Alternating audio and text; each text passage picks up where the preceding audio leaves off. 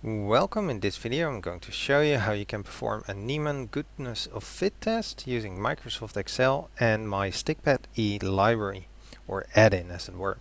If you don't have my add-in, it's available on my GitHub. Here you can see the link. It's also in the description below. After you downloaded the file, you can open Excel, go to File, Options, Add-ins, and then click on Go.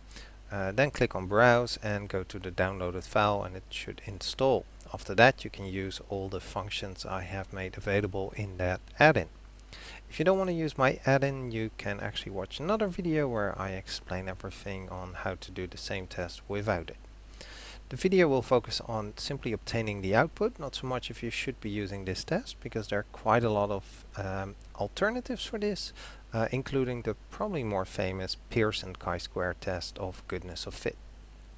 Alright, without further ado, let's go to an example. So I've taken some data from the General Social Survey from 2012, which is freely available somewhere online. I adjusted it a little bit, so if you download the original data, it could be slightly different. But that's no worries. So my data is over here. The function of interest is the TS Neyman Goodness-of-Fit, so that comes with my stikpetE add-in.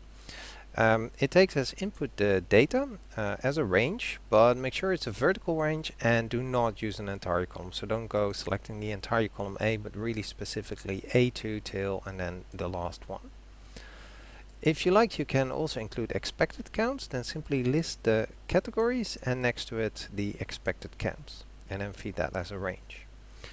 You can also opt for a continuity correction, either none, which is the default, Pearson, which is E.S. Pearson, not Carl Pearson, Williams, Yates, and a slightly different interpretation of Yates. Once you run the function, you get actually, it's an array function, so you get multiple results, so it will cross over multiple cells. And what you will get is the sample size, the number of categories it found, the chi-square statistic, the degrees of freedom, the p-value, the significance sometimes referred to, and because this test has sometimes as a few criteria about minimum expected counts, it will actually show the minimum expected count and also the proportion of cells that's below having an expected count of 5. It also gives a small description of the test that was used. So here's an example of basic usage. I'll simply type in the name of the function, I give it the range, I hit enter, and it spits out all of this. In this case, the p-value is just about 0, which is of course far below the usual threshold of 0.05.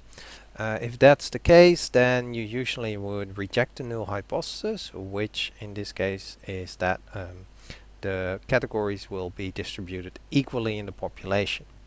I didn't specify the expected count, so what it then does is it simply takes the sample size and divides it by the number of categories and assumes that's the expected count for each category, as if that indeed expected was that all categories had the same count or the same frequency, if you will. And that's it. That's how you can use the add-in to quickly perform a Neyman Goodness-of-Fit test. I hope this video was helpful and thank you for watching.